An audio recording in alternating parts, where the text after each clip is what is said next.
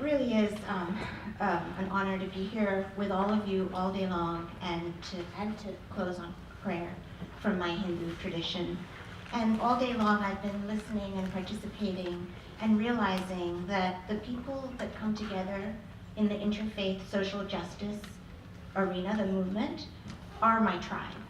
People who go deep into the roots of our faith and our religions and manifest the deepest teachings in justice work, fearless justice work, not just for our own communities, but for everyone whose justice is denied. And that's who you all are, and I'm so proud to stand with you. And at the heart of Hinduism is this teaching that is at the heart of every one of our faiths, which is oneness, ekatva, that we are all one. Reverend Donna Scapper was in Foley Square a few weeks ago when Ravi Ragbir had his last check-in with the immigration people, and she said, and I scribbled down, "I believe everyone who is a person of faith must give sanctuary. I believe every house of worship must give sanctuary. Sanctuary is helping, loving, caring, sometimes physically sheltering the people who have come from somewhere else. Sanctuary is what we are all doing right now. And sanctuary is what we are all doing right now." So Sadhana is a progressive Hindu organization. Bhavani is part of Sadhana, and we do two things. One is go into spaces like this, which are interfaith justice spaces and broader justice spaces, and make sure that the heart of Hinduism is represented there, because the heart of Hinduism is justice. But we also go back into our Hindu community and take the messages from the world into the community so that our Hindu brothers and sisters are mobilized to stand up for justice for their own and for all. One thing that Sadhana did recently was bring in a speaker and hold an event. What's happening in India right now is not unsimilar to what's happening in this country. There is a government in place in India which speaks for Hindus, speaks in the name of Hinduism, and speaks against Muslims and Dalits and other minorities in India. And as a progressive Hindu organization, we insist on speaking out about that.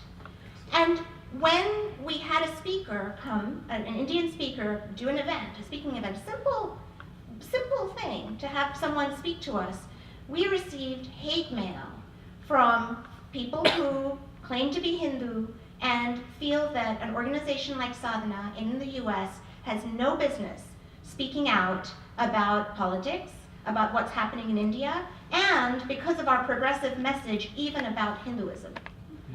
And our advisory board members received emails and hate mails and pressure to resign from Sadhana. And one of our advisory board members, Professor Anantanand Rambachan, who is a Vedantic scholar and a professor of religion at St. Olaf University, this is all he did. He put this on his Facebook page. He said, "The Hindu tradition to which I have committed my life is not the servant of any state. Its flourishing does not require that it becomes the master of any state. It does not require me to become the foot soldier of any political leader. It transcends every historical nation and every political leader. My Hindu commitment is to a vision of life's meaning grounded in an understanding of the nature of ultimate reality. It is a commitment to human relationships of compassion and justice that flow from this understanding. This vision liberates me to question the policies of any state leader. It enables me to commend policies that are in harmony with my tradition's understanding of truth. This vision also requires me to speak out against those policies that contradict it. I will never cede this most precious freedom." I think it stands for us in this country and any country in the world. End on a prayer, because it's what brings us together as well. And this prayer, the last time I chanted this prayer, I was with Mama Ba, the mother of Muhammad Ba. 5 years her son has been dead and she has not had answers, and there has not been even an investigation, a thorough investigation. And so I hold her in my heart as I sing. At this time of so much hatred, violence, and unjust killings all around, we invoke the powerful Shiva prayer that Hindus chant to ward off untimely and unjust death. Om Trayambakam Yajamahe Sugandhim Pushtivardhanam Urvarukamiva Bandhanan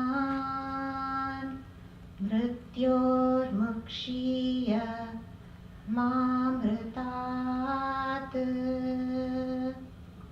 Om Shanti, Shanti, Shanti. Om, we worship and adore you, O three-eyed one, O Shiva. You are sweet joy, the fragrance of my life, who nourishes us, restores our health, and causes us to thrive. As, in due time, the stem of the plant weakens and the fruit is freed from the vine, so free us from attachment and death, and do not withhold immortality. Peace, peace, peace.